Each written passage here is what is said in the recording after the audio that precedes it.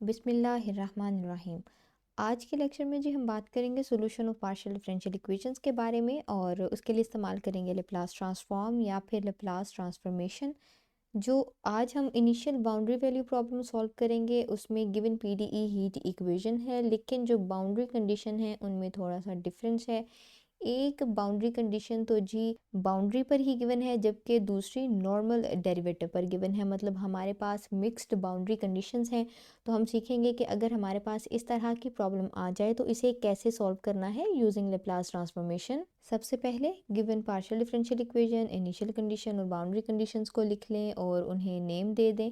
इसके बाद हम सॉल्व करने के लिए सबसे पहले गिवन पार्शियल डिफरेंशियल इक्वेशन जो कि इक्वेशन नंबर 1 में हमने लिखी है, इसे थोड़ा सा आसान बनाएंगे ताकि सॉल्यूशन फाइंड करना और भी आसान हो जाए और आगे जाके हमारी हेल्प हो सके, ताकि हम इन बाउंड्री कंडीशंस के मामले में इस प्रॉब्लम को आसानी से सॉल्व कर सकें।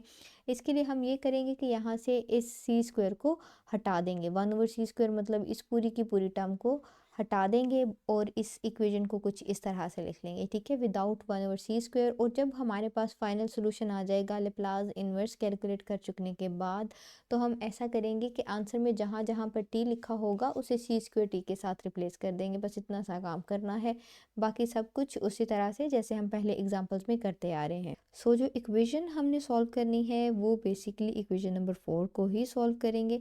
तो सबसे पहले इक्वेशन नंबर 4 की लेप्लास ट्रांसफॉर्मेशन ले लेते हैं दोनों तरफ और फिर उसके लिए फार्मूलाज भी लिख लेते हैं। फार्मूलाज के लिए हमें पता है कि जिस टर्म के लेप्लास ट्रांसफॉर्मेशन लेना हो उसे e-st से मल्टीप्लाई करते हैं, टी की रिस्पेक्ट से इंटीग्रेट कर देते हैं फ्रॉम 0 टू टी। यही बात हम इस तरफ भी करेंगे और इसे विद रिस्पेक्ट टू टी के इंटीग्रेट कर देंगे। अब सिंप्लीफिकेशन करनी है।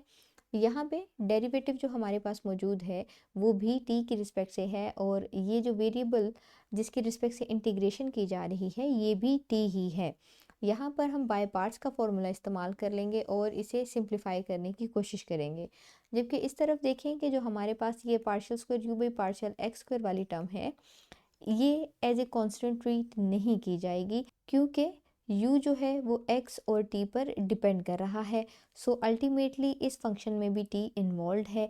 इसको सॉल्व करने के लिए हम Leibniz rule of differentiation under the integral sign इस्तेमाल करेंगे, जो हमें बताता है कि अगर हमारे पास किसी भी मल्टी वैल्यूड फंक्शन का डेरिवेटिव हो और साथ में उसकी इंटीग्रेशन भी करना हो, जबकि डेरिवेटिव एक वेरिएबल के रिस्पेक्ट से है और इंटीग्रेशन ऑपोजिट वेरिएबल के रिस्पेक्ट से है, तो उसके लिए हम ऐसा करते हैं कि उस पार्शियल डेरिवेटिव को उस इंटीग्रल से बाहर लिख देते हैं in the form of the ordinary derivative.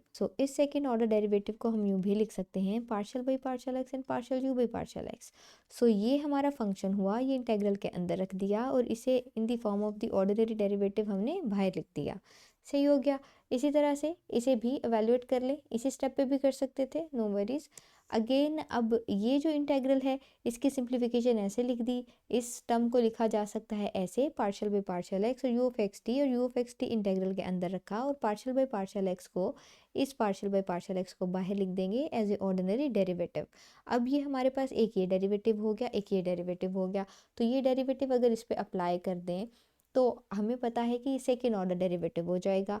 इसके अलावा जब हम यहाँ पर पहुँचते हैं और इस टर्म को सॉल्व करते हैं तो हमारे पास ये आंसर आता है। यहाँ पे हमने अप्लाई करनी है कि जब limit t approaches to infinite हो जाएगा e-st u of x T, तो ये हो जाता है 0 के इक्वल। तो अपर लिमिट पे आंसर 0 आ जाएगा और लोअर लिमिट पे हम टी की जगह पर 0 सब्सटीट्यूट कर देंगे, ये 1 हो जाएगा। इसके अलावा इस टर्म की जब सिंप्लीफिकेशन होगी तो इसका आंसर कुछ इस तरह से आएगा। बहुत डिटेल में हम इसे इससे पहले वाले एग्जाम्पल में सॉल्व कर चुके हैं, आप उन वीडियोस को विजिट कर सकते हैं। इसके अलावा ये देखें, ये हमें पता है कि Laplace transformation of u of x T का फॉर्मूला है, जिसे हम u bar of x S की फॉर्म में भी लिख सकते हैं। अब यहाँ पर हमारे पास सिर्फ यही टर्म बच गई और ये वाली जो टर्म इस तरफ थी इसे हम यहाँ पर ले आए हैं विद माइनस साइन, प्लस था माइनस हो गया क्योंकि इस एक साइड पे हमने u बार वाली टर्म्स को लिख लिया है। हमें इक्वेशन नंबर 2 में गिवन थी ये इनिशियल कंडीशन, ठीक है, इसे इस्तेमाल कर लेंगे। ये देखें, इसकी जगह पे 0 सब्सटीट्यूट कर दिया, इसे इक्वेशन नंबर 5 का नाम दे लेंगे। ये एक second order linear differential equation है, ऑर्डिनरी डिफरेंशियल इक्वेशन, जिसका जनरल सोल्यूशन कुछ इस तरह से लिखा जा सकता है। It is very easy to solve. हम पहले सेपरेशन ऑफ वेरिएबल में भी इस तरह की ODEs को बहुत डिटेल में सॉल्व कर चुके हैं। अब यहाँ पर ये जो हमारे पास a ऑफ s और b ऑफ s हैं, ये कांस्टेंट ऑफ इंटीग्रेशन है या फिर कांस्टेंट फंक्शंस ऑफ इंटीग्रेशन भी हैं। ये जब हम पार्शियल इंटीग्रेशन इस्तेमाल करके ऑर्डिनरी डिफरेंशियल इक्वेशन को सॉल्व करने की कोशिश कर रहे होते हैं तो तब अपेयर होते हैं। इसके लिए आप विजिट कीजिएगा कि solution of partial differential equation using partial integration.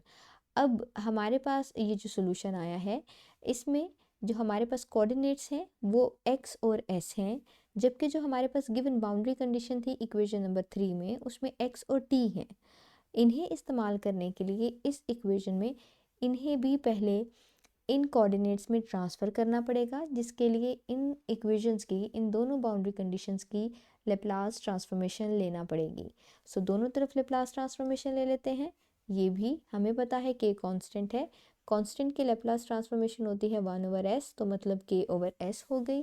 t s में ट्रांसफ़र हो जाएगा, u के ऊपर बार आ जाएगा। इस तरफ अगर देख लें तो u x के ऊपर बार आ जाएगा, t की जगह पे s लिख देंगे। इन्हें नेम दे लेंगे 7 और 8 का। सबसे पहले इक्वेशन नंबर 7 को इक्वेशन नंबर 6 जो कि हमारा सोल्यूशन है उसमें इस्तेमाल कर लेंगे। 6 में यहाँ पर x था, इस कंडीशन का मतलब है कि जहाँ पर x है वहाँ पे 0 पुट कर दें। सो 0 पुट कर दें, यहाँ पे भी x था 0, यहाँ पर भी x था 0। ये 0 हो गया, sine hyperbolic of 0 is equals to 0, term ख़त्म हो जाएगी। ये 0 हो गया, cos hyperbolic of 0 is 1। So हमारे पास बच गया यहाँ से a ऑफ s, और इसकी वैल्यू गिवन है, ये देखें यहाँ से k/s। सो यहाँ से हमारे पास वैल्यू आ गई a ऑफ s की। अब हम इस a ऑफ s की वैल्यू को इक्वेशन नंबर 6 में इस्तेमाल कर लेंगे, तो सिर्फ यहाँ पर चेंज आएगा, बाकी सारी इक्वेशन नंबर 6 वैसे ही रहेगी। a ऑफ s की जगह पे हमने k/s लिख लिया। अभी दूसरी कंडीशन जो कि इक्वेशन नंबर 8 में है, इसको इस्तेमाल करना बाकी है, लेकिन उसके लिए सबसे पहले जो हमारे पास सोल्यूशन आया है उसका x के रिस्पेक्ट से पार्शियल डेरिवेटिव कैलकुलेट करना पड़ेगा, फिर ही हम इक्वेशन नंबर 8 को अप्लाई कर सकेंगे। सो ये जो हमारे पास अब तक का फाइनल सोल्यूशन है, इसका डेरिवेटिव ले लेंगे with respect to x। So इस तरफ आ जाएगा सब x, और k ऑफ s कांस्टेंट है, कॉस हाइपरबोलिक, और इस टर्म का आ जाएगा जी sine hyperbolic square root of s x, और फिर इस टर्म का डेरिवेटिव जो विद रिस्पेक्ट टू x जो कि स्क्वायर रूट s है, सेम इसी तरह से इसे सिंप्लीफाई कर लेंगे। यहाँ पे आ जाएगा G k square root s over s, और हमें पता है s के ऊपर वैल्यू है 1/2 उसकी पावर में, ठीक है, और 1 नीचे से माइनस में हो गई, ये हो जाएगा -1/2, जिसे हम यूँ भी लिख सकते हैं। तो यही सिंप्लीफिकेशन करके यहाँ पे लिख ली है, और ये स्क्वायर रूट s बस यहाँ पे फर्स्ट नंबर पे लिख लिया है। सोल्यूशन सिंप्लीफाई हुआ है। अब हम इसमें इक्वेशन नंबर 8 जो बाउंड्री कंडीशन थी वो सब्स्टिट्यूट कर लेंगे। इसके अकॉर्डिंग जहाँ जहाँ पर x है वहाँ पर a सब्स्टिट्यूट करना है। सो कर लेते हैं जी, जहाँ जहाँ पर x है इस इक्वेशन में डेरिवेटिव वाले में a पुट कर दें, और इस जगह पर भी और इस जगह पर भी। ये गिवन है इक्वेशन नंबर 8 में 0 के इक्वल। इसे दोबारा से लिख लेंगे, मज़ीद सिंप्लीफिकेशन कर लेंगे b ऑफ s के लिए सॉल्व करने के लिए, ठीक है। इस टर्म को हम इसी तरफ रहने देंगे, इस टर्म को इस तरफ ले आएंगे, तो ये हो जाएगा कुछ हमारे पास -k/√s sine square root s a is equals to square root s b of s, and cosh वाली टर्म भी लिख लेंगे। सो ये इस तरह से हो गई। अब हमें सिर्फ और सिर्फ ये चाहिए, ये इधर मल्टीप्लिकेशन में है, यहाँ के डिनोमिनेटर में आ जाएगा, और ये भी मल्टीप्लिकेशन है, यहाँ पे डिनोमिनेटर में आ जाएगा, और इसे लिख लेंगे, यहाँ से हटा देंगे जो टर्म्स हमने शिफ्ट कर ली हैं। सो b ऑफ s की वैल्यू इस तरह से आ जाएगी, स्क्वायर रूट s से मल्टीप्लाई होके s बन जाएगा, और बाकी सारी term as it is. b of s की भी वैल्यू आ गई, इसे इक्वेशन नंबर 9 में सब्स्टिट्यूट करेंगे b ऑफ s की जगह पे, और सोल्यूशन मज़ीद सिंप्लीफाई करके लिख लेंगे। देखिए सिर्फ यहाँ पर b ऑफ s की वैल्यू लिखी थी, तो जो हमने b ऑफ s यहाँ पे इक्वेशन नंबर 11 में कैलकुलेट किया है उसे यहाँ पे सब्स्टिट्यूट कर लिया। अब थोड़ी सी सिंप्लीफिकेशन कर लेते हैं, एलसीएम ले लेते हैं। इसके डिनोमिनेटर में s है और इसके डिनोमिनेटर में s और कॉश वाला फंक्शन है, ठीक है। सो कॉमन वाली वैल्यू लिख लेंगे। अब s तो है तो सिंपली ये न्यूमरेटर आ जाएगा, लेकिन उसके साथ अब होगा ये कि ये डिनोमिनेटर वाली जो टर्म मौजूद नहीं है इसके डिनोमिनेटर में, वो मल्टीप्लाई कर लेंगे। सो ये आ जाएगी cosh square root S A. इसी तरह से यहाँ पे ये सारी टर्म तो मौजूद है, ये दोनों की वैल्यूज़ लिख लेंगे। अब इस वैल्यू को पहले लिख लें, इसको लिख लें, कोई फ़र्क नहीं पड़ेगा। सो हम ये कांस्टेंट वाली पहले लिख लेते हैं सिंपली, और के कॉमन ले लेते हैं। के इसमें भी मौजूद था, के इसमें भी मौजूद था। सो हमने इन दोनों में से कॉमन लिया तो यहाँ पे लिख लिया। बाकी सारी टर्म एज इट इज़। हमें पता है कि cos hyperbolic of A minus B होता है cos A, cos hyperbolic of B minus sine hyperbolic of A, sine hyperbolic of B. यहाँ से अगर आप नोटिस करें तो हाइपरबोलिक के अलावा, ठीक है, ये हमारे पास आ गया ए और ये आ गया बी, ठीक है। सो यहाँ पे भी देखें ए और बी तो बन गया ना यही वाला फॉर्मूला। सो हम उसे शॉर्ट फॉर्म में लिख लेंगे कुछ इस तरह से, कॉस हाइपरबोलिक ऑफ ए की जगह पे लिखेंगे स्क्वायर रूट एस ए, और बी की जगह पे लिखेंगे जी स्क्वायर रूट एस एक्स, और डिनोमिनेटर में बिल्कुल वही value cosh of and S A, ठीक है। अब यहाँ से स्क्वायर रूट एस कॉमन लिया जा सकता है, कॉमन ले लिया, ये रहा, और बाकी a minus x as it is, और यहाँ पे ब्रैकेट लगा लें या ना लगाएं, कोई फ़र्क नहीं पड़ता, मल्टीप्लिकेशन हो रही है। सो ये जी हमारा सोल्यूशन सिंप्लीफाई होके इक्वेशन नंबर 12 की फॉर्म में आ गया है, जिसमें कोई भी कांस्टेंट इन्वॉल्व नहीं है। अब हम यहाँ से इसकी इन्वर्स लैप्लास ट्रांसफॉर्मेशन कैलकुलेट करके दोबारा से रिक्वायर्ड कोऑर्डिनेट्स में जा सकते हैं। सो इन्वर्स लैप्लास ट्रांसफॉर्मेशन ले लेंगे दोनों तरफ। इस टर्म की इन्वर्स लैप्लास ट्रांसफॉर्मेशन के लिए हम ये वैल्यू इस्तेमाल करेंगे from the table of the values of inverse Laplace transformation, और ये कैलकुलेट की गई है कॉम्प्लेक्स इन्वर्जन फार्मूला टेबल, आप यहाँ पे देख सकते हैं।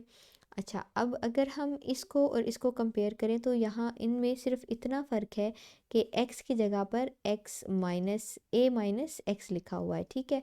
सो हम इस a माइनस एक्स की वैल्यू को यहाँ पर इस x की जगह पे लिख देंगे, बाकी सारी की सारी वैल्यू सेम है।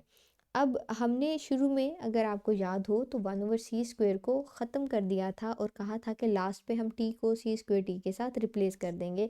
तो अब वही काम कर लेते हैं, इस t को c² के साथ रिप्लेस कर देते हैं। तो यहाँ पे t है तो बस यहाँ पे आ जाएगा जी c²t सिंपली।